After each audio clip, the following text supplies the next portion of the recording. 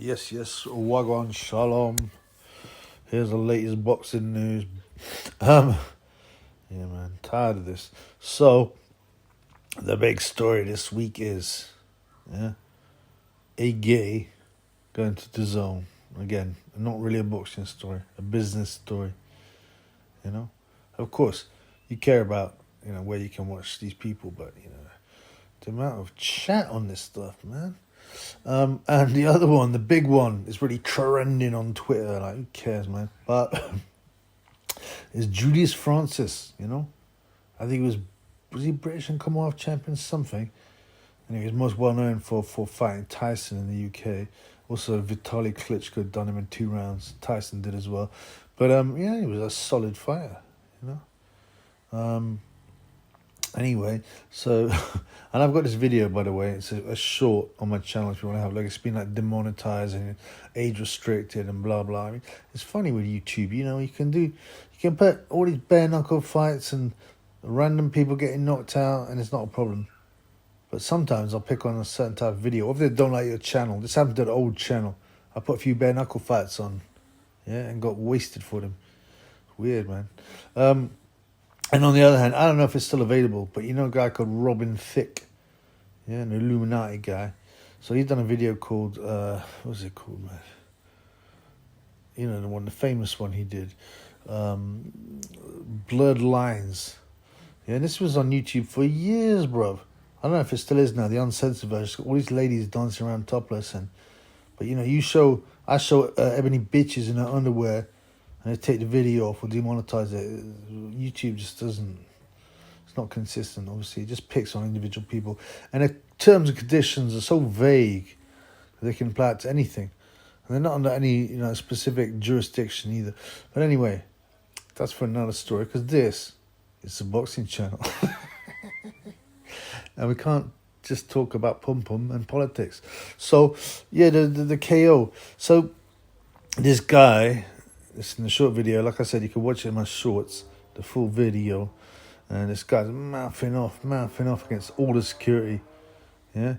And he's saying to Julius, really, yeah, you fat, see you next Tuesday. If you're not a Brit, you won't understand what that means, but think about it. CUNT. Right? I hope you get a heart attack, blood. And he's screaming. He's got his pal that looks like a Poundland George Groves, like skinny, not skinny, but just normal ginger guy. Anyway, and they have a bit of shove. There's really small, there's one large bouncer, big, and Julius, and then there's this little Asian guy. I don't know why they brought him in security, man, because, he's not going to intimidate nobody. But, and he tells them to move away, and they shove him. Yeah, and they get really mouthy with him. Don't touch me. Meanwhile, the 2 big guys are edging forward.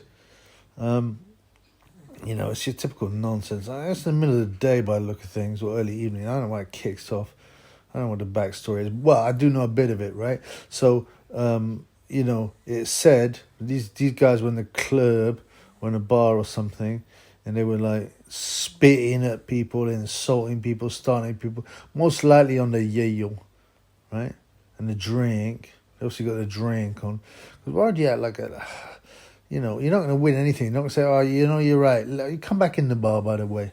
Just try not to spit at nobody, And these guys, a couple of guys are big. When you're drunk, you're going to get slapped down, right? Anyway, they move off a bit. Julius, he's one of a very well-known... figure in boxing and stuff, and he's known to be pretty calm and chilled and that, but I guess he had enough. But he kind of snuck round the back. This guy's shouting at everyone, and they've had a bit of a push and a pull, like Carl Froch would say, or George Groves would say, and anyway, he sneaks around, and then this guy turns around, he sees Julius. He's big, Julius, right? Obviously he was a heavyweight anyway. I don't know what he weighed, 17 stone in the ring, but he's put on a bit of timber. He must be about 20 stone, man. This guy raises his fist and blap! He gets hit with a perfect check. Right hook. Oi, Tyson, shush. Sorry, my dog. Yeah, he gets, you hear the shot. The shot go black. Yeah, it's a beautiful shot. Because, Francis is actually weight is on the back leg. You know, he's pulling back, and he slots in a right hook with perfect timing, accuracy, power. And the guy, by the way, looks a bit like the YB Miles Crouch Anderson. He takes a shot on the chin, blum, he's flatlined, man. To me, it's one of the KOs of the year. In the last 12 months, what have we got in the last 12 months? That's 12 months, not this 2022. The last 12 months, we got Tyson Fury, sparking Wilder, that's pretty sweet.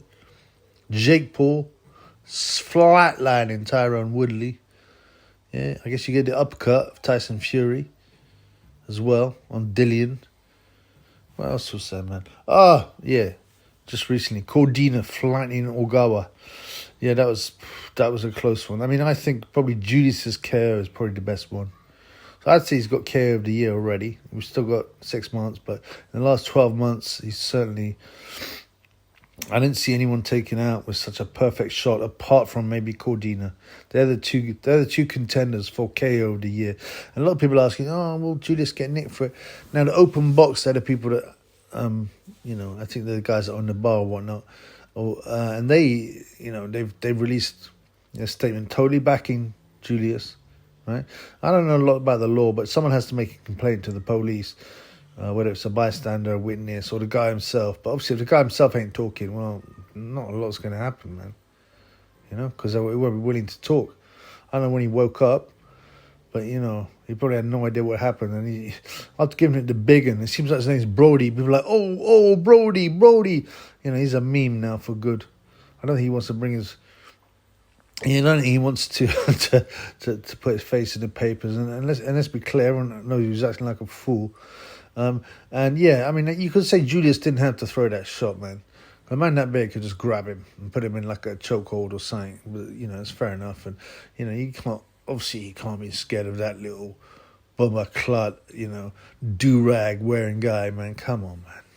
Come on. So, that I just believe the guy is. I mean, what you can do? He's not gonna get much money for it. Going to court, and it's a long process. He could bring a civil claim. But I think he'll probably go away and shuffle away and hide. He's a bit embarrassed, right? And his mate George Groves. There's no need for that. No need for that bollocks. Well, I do think it was a bit excessive of Julius. Could have just grabbed him. But this guy clearly had no intention of getting away quietly. So the check right hook, right on the chin, did shut him up. He stopped talking after that, if you notice. Yeah? There's nothing more, no more chatter coming out of his mouth. And the threat was neutralized, as Americans say. So anyway, it's a bit tragic. This is the biggest story in boxing when, we got a big fight this weekend. Artur Beterbiev, he's Joe Smith Jr. And Beterbiev is a big favourite, but I think it's closer than that. And come on, man, that's going to be great to watch. I'll do a preview later. Anyway, peace, brothers, and stay out of the way of Julius Francis, man, because he'll knock you out with a check right hook. Oh, one more thing. Some joker has got on Wikipedia, right?